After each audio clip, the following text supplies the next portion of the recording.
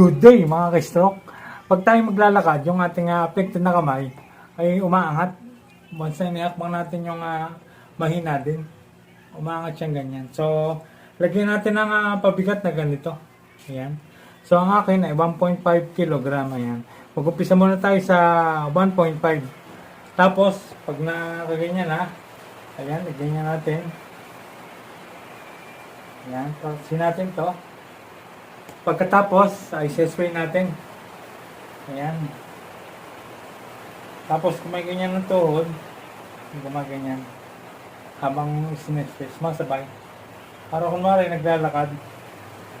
Ayan. So, pwede natin itong gawin ng kahit 1 minute o masigit pa. Ayan.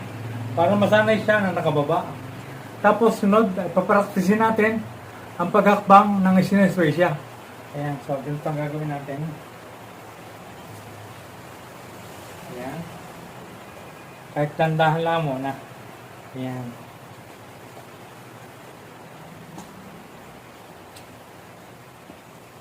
Ayan.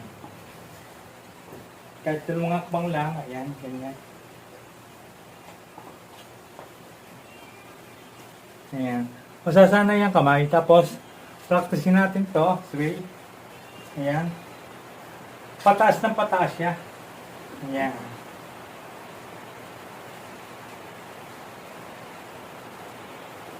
Ayan. Gawin natin yan kahit 2 minutes para masanay ang kamay na nakababa.